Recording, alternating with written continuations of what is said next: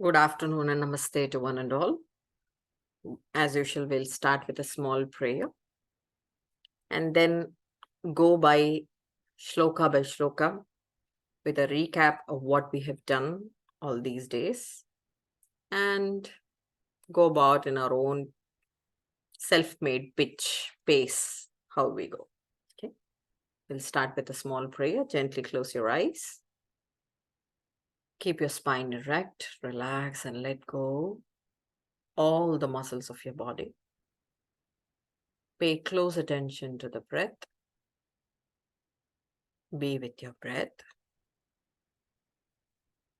And just absorb the shloka. Yam Brahma Varunendra Rudra Marutaha Stunvanti Divyai Stavaihi Vedai Sanga Padakramopanishadaihi Gayanti yam samagaha Dhyanavasthita tadgatena manasa Pashyanti yam yoginaha Yasyam tam navidussura suragana Devaya tasmai namaha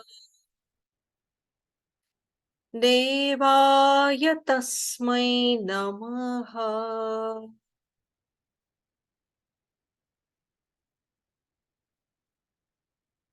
Simple palming. You can rub your both palms and breathe heat applied onto your eyes, cheeks, front and back of your neck. And with a few blinks, you shall open your eyes. So for the new ones, I welcome to the group. It is going to be a small recap of what we are doing all these days, all these Sundays. So it is the Bhagavad Gita, the scripture. As I've been mentioning in the group, it's a conversation on different facets, different dimensions of yoga. Conversation between Lord Krishna and the supreme, most fiercest warrior or battleman called Arjuna. So we are now on the 32nd shloka of first chapter. All the previous shlokas discussed about how Arjuna, on seeing the kith and kin in the opposing army, got a bit wild because somehow at one point he gets attached with his grandfather, the guru, the teacher of what he is skilled about, the archery. Getting attached to them, it made him think that I'm gonna kill these people. Killing people is adharma, is non-righteousness, is sin. Why am I put into the situation? Why am I being urged by my friend, philosopher, guide, who is none but Lord Krishna himself, who is his charioteer, who is supposed to be his charioteer too? Why is he guiding the wrong manner? And there comes all the questions, the queries. There comes depression, there comes conflict that strikes his heart and also baffles his mind.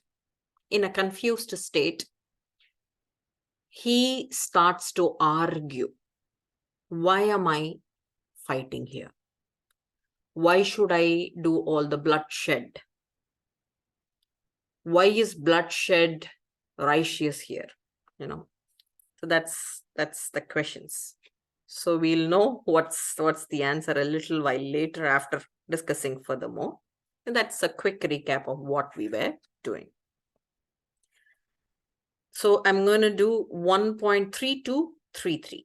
So 32nd shloka and 33rd shloka. I'm going to say in breaking into two halves. I'm going to say again. If you want, you can repeat. If you have a book, wonderful. You can repeat it with English words while reading them. 1.32. Nakankshe vijayam Krishna. Nakankshe vijayam Krishna. Nacharajyam sukhani cha.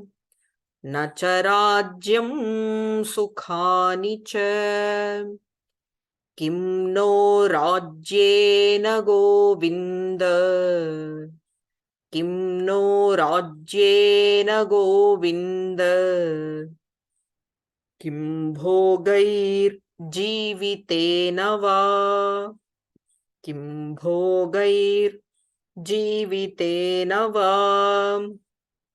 Yeshamarthe kangshitam no. Yeshamarthe kangshitam no. Rajyam bhoga sukhani cha. Rajyam bhoga sukhani cha. Taime vastita yuddhe. Taime vastita yuddhe. Pranan styaktvadanani cha. Pranan styaktva-dhanani cha.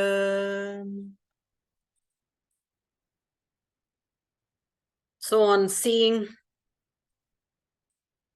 the battle, the entire army opposing Arjuna, he does not see the kings, he does not see the mounted pressures that these evil kings, who happens to be his own brothers, who happens to be his own relatives, sister and brother-in-laws, uncles, grandfathers, opposing him, he moves to a place where he forgets his past, what had been done to him, his wife, how his wife was disrobed and insulted in front of the court, So he tends to forget all the past. And then he says, Krishna, Govinda, all means the same, is Krishna. Krishna, Govinda, how do you say I should enjoy the luxuries of a kingdom, being a monarch, having blood on my hands, the blood of my own brethren? How can I do that? I don't want it. Na kankshe. I don't expect such luxuries at all. Yesham artitam kankshitam no rajya bhoga sukhani cha. If you feel that I should be the king, one among the kings, after having winning this battle, it's a great battle. It's not a battle. It's actually war, a big war. So if you feel, Krishna, that I'm going to enjoy the luxuries of the kingdom, being one of the monarch, I think it would be better for me to abandon my life in this warfield rather than killing my own brothers. So here, when we closely listen to Arjuna's arguments, somehow we feel that he is speaking the most right, he is the most generous, he is the most kind, with a magnanimous heart, generous of all. He values life of humans. But it is again very, very contextual. We should understand that. All these arguments were not done by Arjuna when he was doing the other wars. When he was fighting for in the other battles, what suddenly happened that he changed this way? He suddenly speaks of importance of human lives. So it is the fickle-mindedness being the source of his dharma, his righteousness. What is the fickle-mindedness here? It is not completely that he is generous, he is kind, he is compassionate. No. It is because he is attached to the guru, to the grandfather, to the relatives that he is seeing.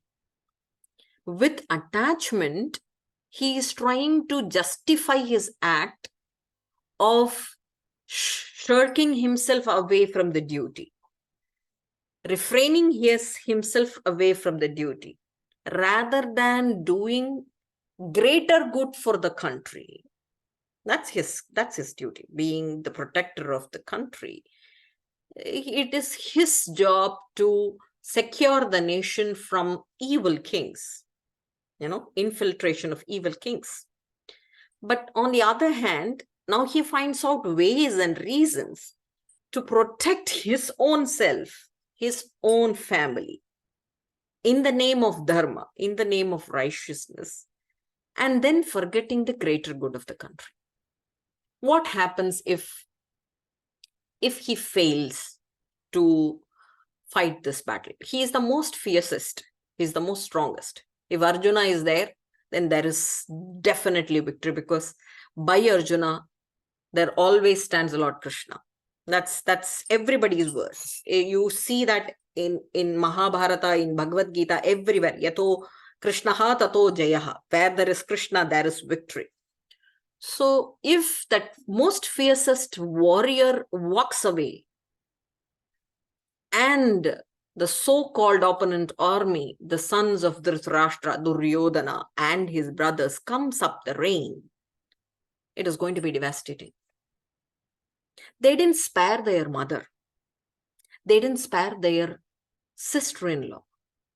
They don't know how to treat women. They don't know what is ethics. They don't know what is value.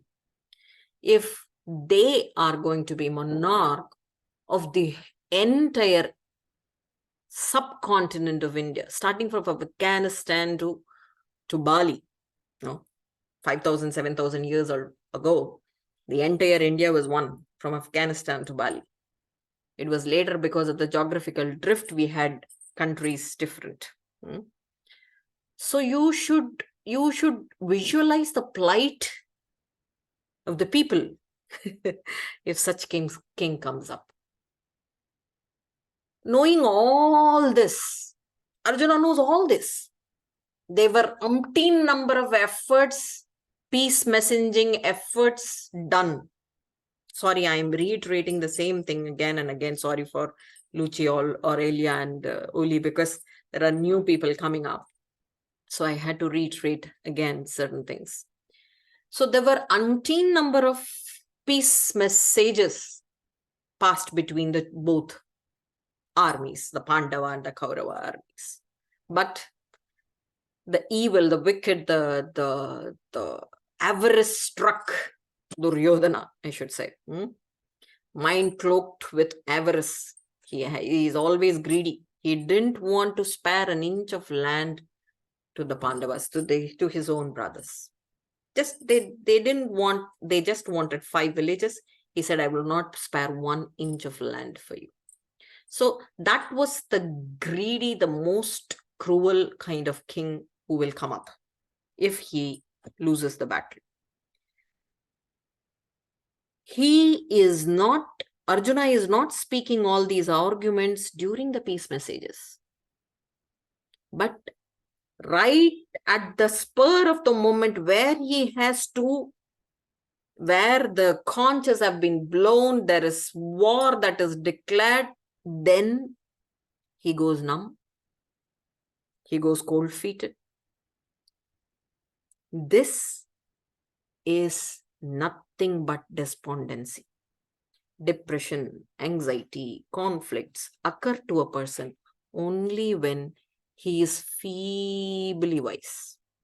His intellect is staggered. He's blinded, you know. So he is supposed to talk, how much ever he spoke in the 32 and the 33rd shloka, it seems to be very, very legible, logical, but you should understand the contextual meaning of it, why he is doing it. Okay. One more bright side that I see in these shlokas is that unless until let me put an example here. Okay. In the same great Mahabharata epic, Mahabharata is the epic and Bhagavad Gita is a small chapter inside Mahabharata. Okay. So in the same Mahabharata story, in the end, when the wicked king Duryodhana was about to leave his last breath, he says, spare none to Ashwatthama, his own commander-in-chief. Spare none, Ashwatthama. I want even the young 5-year-old kids of Pandavas to be slain. Yeah. When something terrible happens to your mind, at times the mind becomes so, disturbed, perturbed, takes a decision where it will harm one's own self and also people around. But the bright side in Arjuna, his mind is also staggered. His mind is also perturbed. It is also afflicted with afflictions, with inflicted with pain, suffering, because my own relatives are going to be killed, It is purely attachment. Yet, this guy is saying, I am ready to sever my head in the war than sever my brothers' heads. I am ready to kill myself. That's what he is saying. This is complete depression. This is suicidal tendency. But look at the sparkling contrast between Duryodhana and Arjuna. When the mind is perturbed, it can act wicked. When the mind is perturbed, it can act in such a manner where there is complete sacrifice. Sacrifice, again, is a word that you have to be very, very careful about. Sacrifice is, here he is definitely talking about self-killing, but for the sake of someone else, for the good of someone else. So when this attitude comes up, then the person is ready to receive the knowledge of self-realization. See, what happens is, when you're happy with all your luxuries, when you're happy with your job, when you're happy with your kids, when you're happy with your husband, relatives, nothing is wrong. Everything is pink, everything is nice, and there is no question of finding the purpose of life. Unless until you hit the road, you hit the block, then you realize, oh my God, I'm doing something wrong. Oh my God, wherever I was running to is not my objective. Or is there something else to make me happy? So the bright side of Arjuna's despondency is this, my dears, is this. When he knows that this is not what I have to do, I have nothing else to do, it is better to die, but still I feel, Krishna, I want your guidance, I don't know what to do. Is something else which will make me more happy and peaceful. What is that? This is the ground, the base, the fundamental feeling, fundamental state of one to receive self-realization. Hence, Arjuna, though seems to be wise, yet he is qualifying himself. Yes, yet he is making himself more eligible. That's the bright side I see. Am I making it more complicated, or is this getting clear? Please stop me if I'm making anything unclear, okay? Because sometimes with the flow, it becomes my student says, ma'am, stop it. So please be those students. You know? Here we have rough students. Their students are not polite like you. So I want those rough students back. Now, moving ahead. Just a prelude to the following shlokas. It is so interesting that Krishna is not speaking.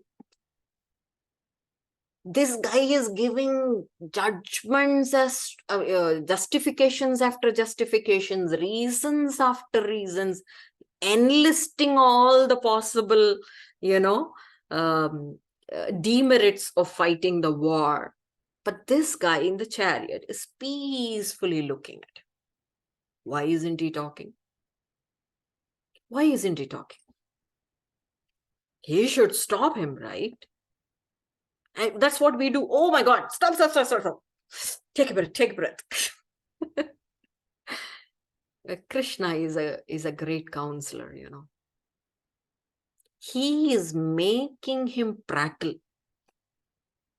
He is making him do all the blabbering. Because when the mind is agitated, at no point it would find a great decision, a great decisive ability. It will just enlist all the justifiable things because it is mind, It gives all the good excuses. It makes it so sound nice that you are the most right, you are the most correct. So Krishna is keeping his mouth shut. Let him do all the talking. I'll just listen. So he is a bit pissed off. Arjuna is a bit pissed off. Why is he not speaking? It means I'm not giving enough justifications. So Arjuna is giving more justifications of why he shouldn't fight the war. Okay. So that is 1.34. I'm taking up till 1.39 because it is just justifications after justifications. So 34 to 39 here. Acharyah pitarah putraha. Acharyah pitarah putraha. Tathaiva cha pitamaha. Tathaiva cha pitamaha. Matulashvashurah pautraha. Matulashvashurah pautraha. Shyala sambandhinastadha. Shyala sambandhinastadha. Etanahantumichhami. Etanahantumichhami. Gnatopi madhusudana. Gnatopi madhusudana. Api trailokyarajyasya. Api trailokyarajyasya. Heto kim numahi krite. Heto kim numahi krite. Nihatyadhartarashtraannaha. Nihatyadhartarashtraannaha. Ka pritisya janardana. Ka pritisya janardana. Papamevashrayedasman. Papamevashrayedasman. Hatvaitanatayinaha. Hatvaitanatayinaha. Tasmannarha vayam hantum. tasmannarha vayam hantum dhartarashtran swabandhavan dhartarashtran swabandhavan swajanam hi katham hatva swajanam hi katham hatva sukinasyama madhava sukinasyama madhava yadyapyetena pashyanti yadyapyetena pashyanti lobhopahata chetasaha lobhopahata chetasaha kulakshayakritam dosham kulakshayakritam dosham mitradrohe cha patakam mitradrohe cha patakam katham gnagneyamasmabhihi katham nagneyamasmabhihi papadasmanivartitum papadasmanivartitum kulakshayakritam dosham kulakshayakritam dosham prapashyadbhirjanardana prapashyadbhirjanardana. So from 34 to 39, again he is giving more justifications. I'll just quote Arjuna here. Hey Madhusudana, Madhusudana, another name of Krishna. Hey Madhusudana, I see my acharyas, my gurus, my fathers, my sons, my brother's sons are my sons, my grandfather, my aunts, my uncles, my fathers-in-law, my grandsons, my brothers-in-law, my relatives, all of them standing there. You want me to kill them? It is better that I get killed rather than killing them, because I don't want not only this kingdom, I don't want the kingdom of 3 layers, even the 3 layers, stratosphere, atmosphere, even the earthen layer, all the kingdoms put together. I don't want them. If I had to kill my own brethren, my own relatives. Nihartyadatrashtan ka pritihi syad Janardana. Hey Janardan, you are the protector of the entire universe. You say that I have to kill the sons of Dhritarashtra for my peace, for making someone happy, for making my brother happy, or for making myself happy. No, I'm not going to do it. You think that getting into the menial act of killing people is the act of some weirdly foolish people, like Dhritarashtra's sons, like my brothers. See, they are standing up there, ready to fight against me, ready to kill my sons. But I'm not going to get down their lane and do the same thing. Another justification.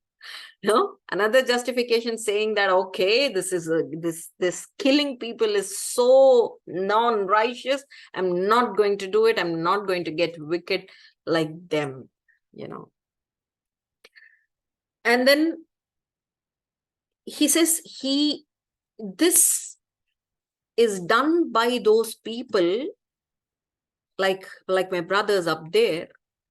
Their intelligence are being blinded by greed of getting kingdom back, greed of not sharing the kingdom. Do you want me also to be greedy? I think you're making me more greedy. I think you're making me earn the luxuries of kingdom, want of those luxuries, and then killing people. I think I am much more intelligent than these people. I can verily turn away myself from this enmity of family. I can verily turn away myself from the sin, Janardana, by just going back, by just turning my back to their faces and leave.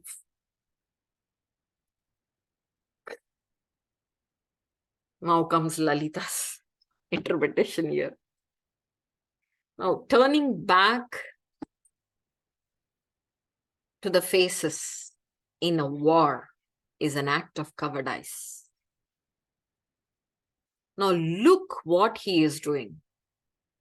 He is abandoning his essential nature. What is an essential nature of a warrior? To be strong, to be fierce, to be brave, to fight against anything, Mirala used to say, you're a warrior. Struggle and fight against people. That's an essential nature of a warrior. The protector of the kingdom. But in the despondency, when the mind is struck so bad with attachments, it loses its essential nature. It goes just the opposite. Like, for example, we are the most kind, most gentle, compassionate beings in the universe. For example, we women, right? Very, except for Uli, I don't see a man here. And I do take Uli in this case as the female only, in being more gentle and compassionate. Yeah. But what happens suddenly when we are affected by sorrow, by trouble? What happens when misery is struck at heart? Suddenly we become selfish. Suddenly we think, oh, people are starting to use me. Or they've already used me. I have to abandon this act.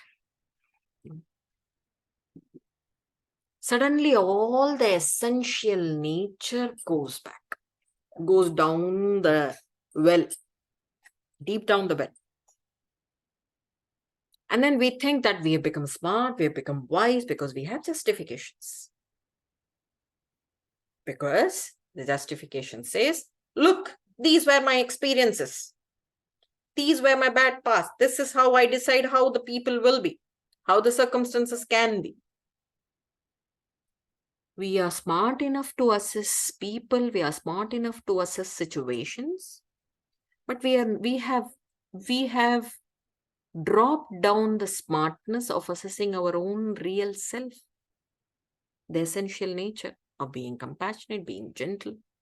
We were not gentle and compassionate because we've been marked by someone as, oh, she's a great woman. We would be appreciated by someone. We weren't doing it for some image building business. No, we like to be like that. We like to be like that. We want to be like that. I am that. And suddenly something goes wrong. If I get all of that, and that is exactly what is happening with Arjuna. His strength is weakened. His intellect is blinded. And he is giving all the justifications. Now his justification is that I am not a weakling like him. I am not a foolish king like them. I'm much more a wiser person. This is all the paraphernalia that your mind does to you. When we are troubled, we think that what we see, what we speak, what we do is right. But just that when we sit with a shrink or a counselor, then we understand, oh my God, the problem is me here. How is a shrink and a counselor able to understand this? Because they are the third party. I say, why don't we become third party of our own self? What do we do in yoga? We're all yoga instructors here. Yes, almost all. Oh, except for Lucia, everyone. What do we do? What do we make people do? Inhale, raise the arm. Exhale, bend the spine. Exhale, twist your back, twist your neck, and stay. Stay witnessing all the change. Oh my God, this is so aching. It's okay. Relax, breathe, watch. What are we making people do in a yoga class? That is exactly what we have to do. Not only a yoga class of 45 minutes, of 60 minutes. No. We should be the third party of every step, every thought, I don't say emotion, because emotion is also thought. Every thought, every action, every word of yours. When you start being a third party and witness, then you're the best decision maker, my dear. Then your intellect will not be blinded like this. Then you will not pose all the justifications and then, my character is so good, I am so strong, I am so intelligent, I know things much more, I am more sensible and mature. We'll shut that all up. Now Arjuna is disturbed because of the deafening silence that Krishna is giving. He's pissed off. Why is he silent? Why is he not speaking? Why is he not? Oh, because of that, he is giving justification. But this is what mind does. When the mind is perturbed, accumulating so much of stresses, then it gives a good picture that whatever you think, whatever you do is right. Now, with the shloka, this is the theme, okay, with Bhagavad Gita. What do we have to incorporate? What do we have to administer? This shloka is saying, yes, you be Arjuna. You be Arjuna, strong enough to question, strong enough to speak, to deliberate, but also be no Arjuna, non-Arjuna, in this manner that you are able to see what you're speaking. You are able to see what you're struggling for.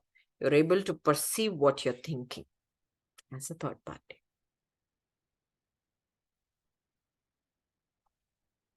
Can I move ahead, or do you have any question? I still have 4 more shlokas. If you have any question, then I can stop here. No, okay. So I'm going to take 40, 41, 42, 43, 44. 40 to 44 here. Kulakshaye pranashyanti kuladharma sanatanaha dharme nashte kulam kritstam adharmo abhibhavatyuta. I see nobody is repeating, so I'm chanting, okay? Adharmabhibavat Krishna pradushyanti kulastriyaha strishu dushtasu vashneya jayate varnas sankaraha sankaro narakayaiva kulagnanam kulasya cha patanti pitaro hyesham लुप्तपिण्डोदक्रियाः दोषैरेतैः कुलज्ञानां वर्णसङ्करकारकैः उत्साद्यन्ते जातिधर्माः कुलधर्माश्च शाश्वताः उत्सन्नकुलधर्माणां मनुष्याणां Janardan Narake niyatam vasaha bhavatityanushushruma. Before interpreting all the 4, I want you to give you a picture about how India was 5,000 years ago. What was its tradition? What is about its culture? Because it's going to be easy when I'm going to give the interpretation to an Indian, but it's not that easy to you people. So I want to give a context of what it is about. So during the Vedic age, that's around billions years ago, there were no segments in human society.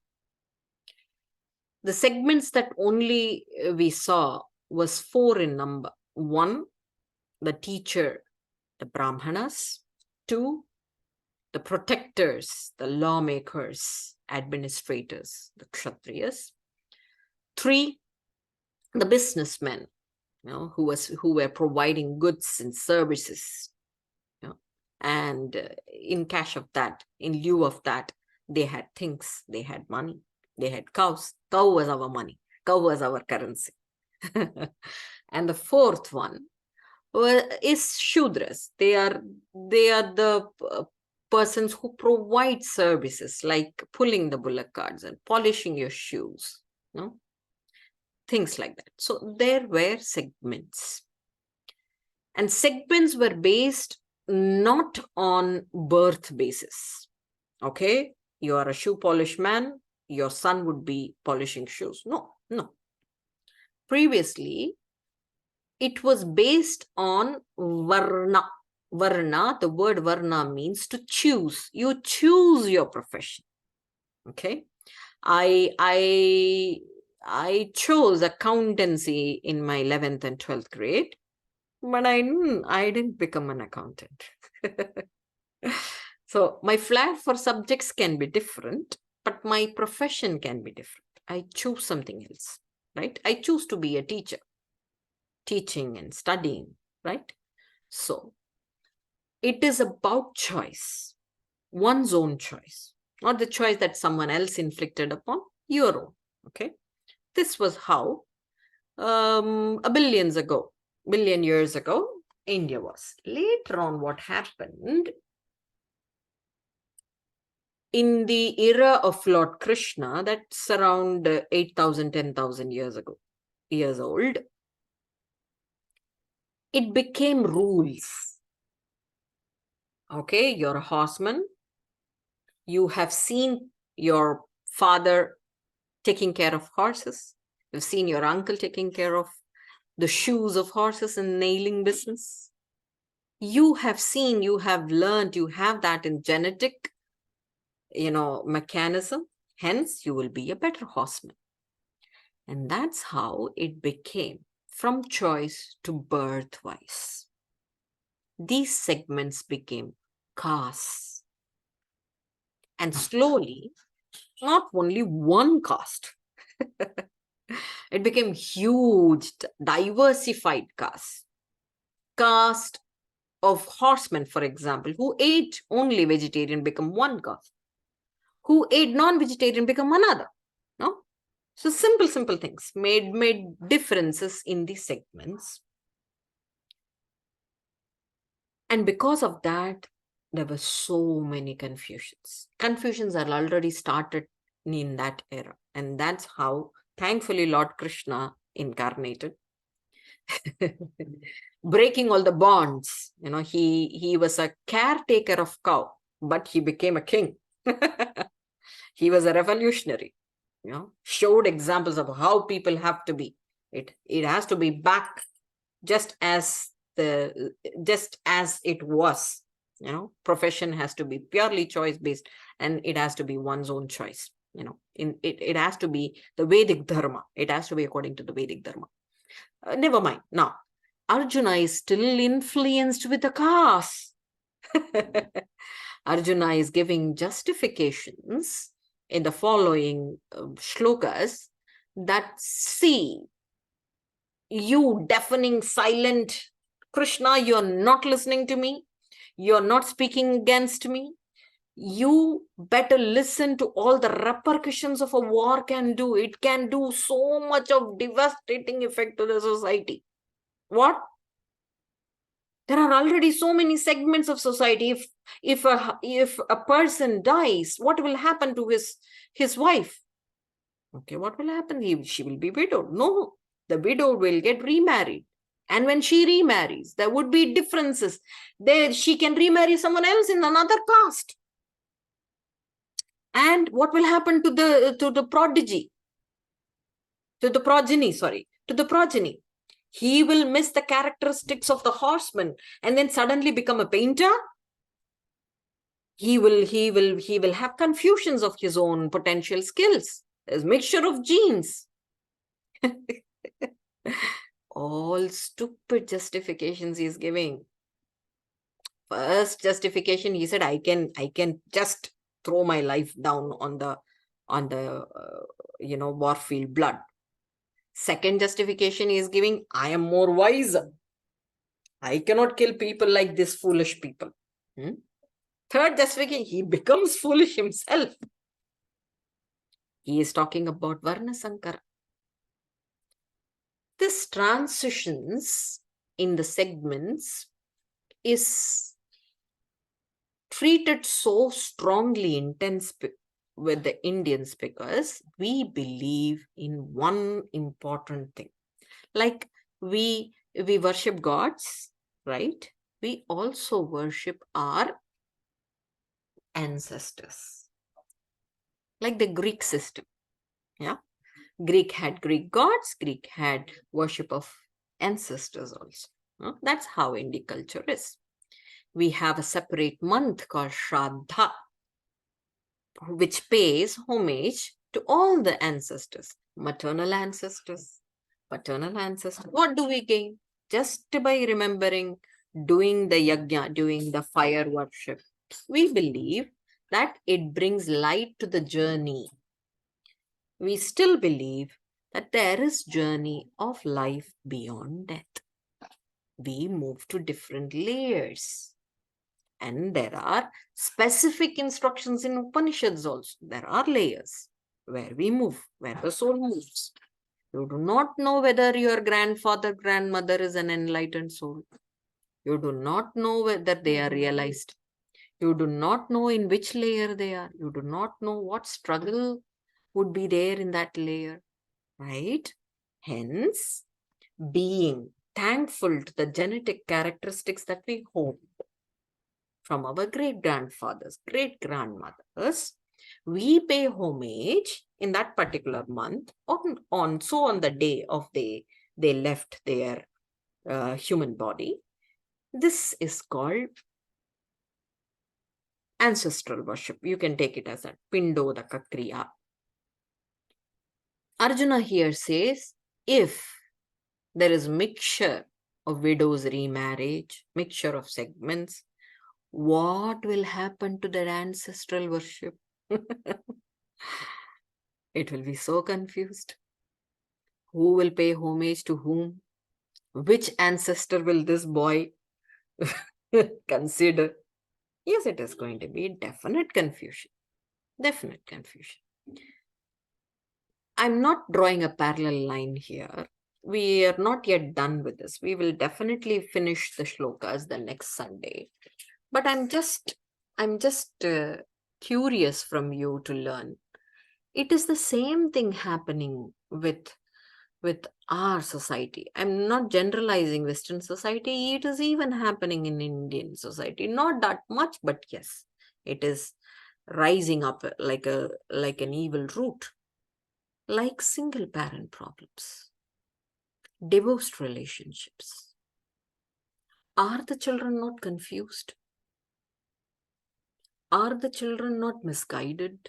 Forget ancestral worship and then segments getting, mingled together, interspersed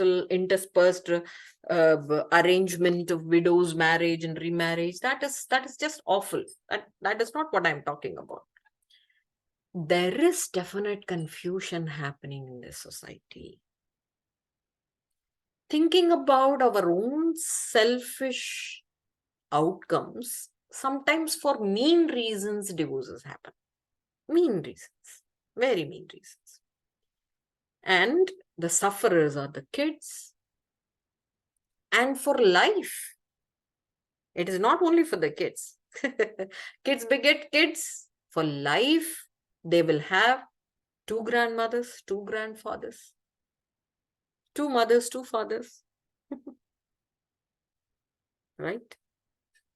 And then they say, oh my God, I'm so anxious about future. I don't have grounding. How will there be root chakra balance when we don't have a definite root, definite ground? It is like, oh my God, I was in Brasov also. I was in Ukraine also. You know, you don't know who you are. That is exactly what Arjuna is mentioning.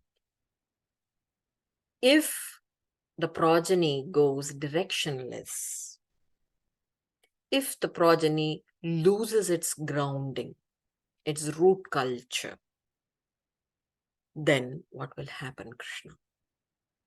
He has a point, but he has forgotten that the greater good of the country is to sever the head of the wicked king. And that is his duty. Thinking about what will happen in the future, he is forgetting the present. And it so happens. Why is it happening? Didn't he fight battles, the other battles? Yes, he did.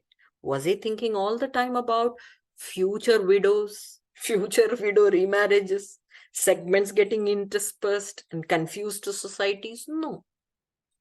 Only when he saw his grandfather, his guru in front, this thing happened, which means it is not a thoughtful process. It is very, very, what do you call it?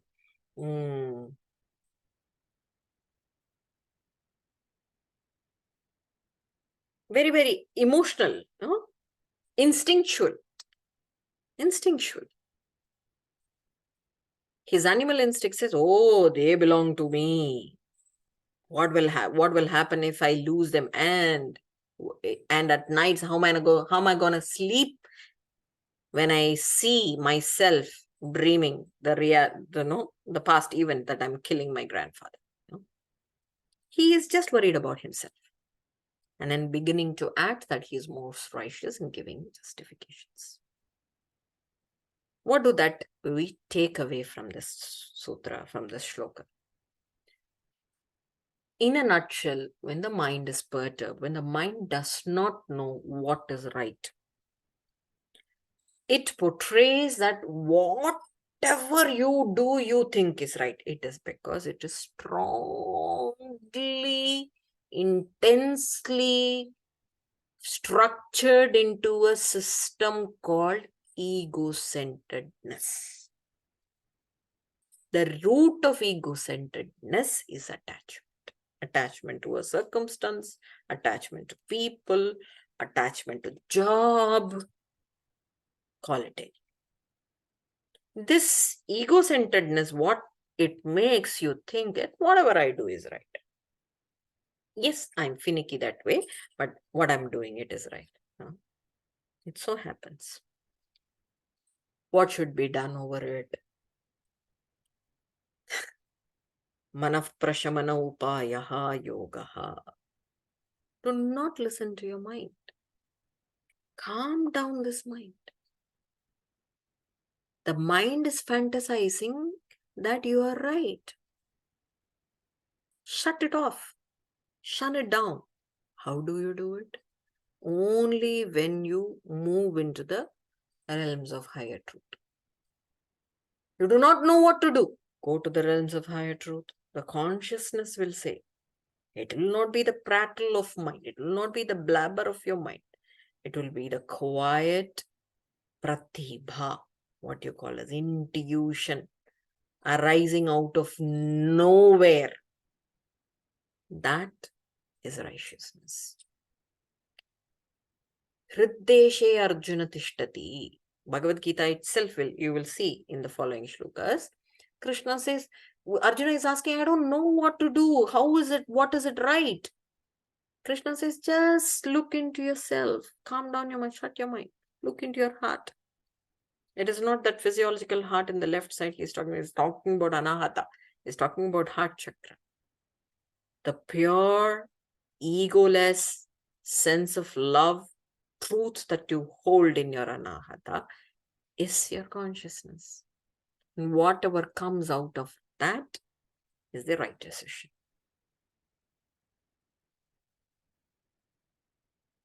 Here I close and open for further discussion. Before discussion, I'm going to stop the recording so that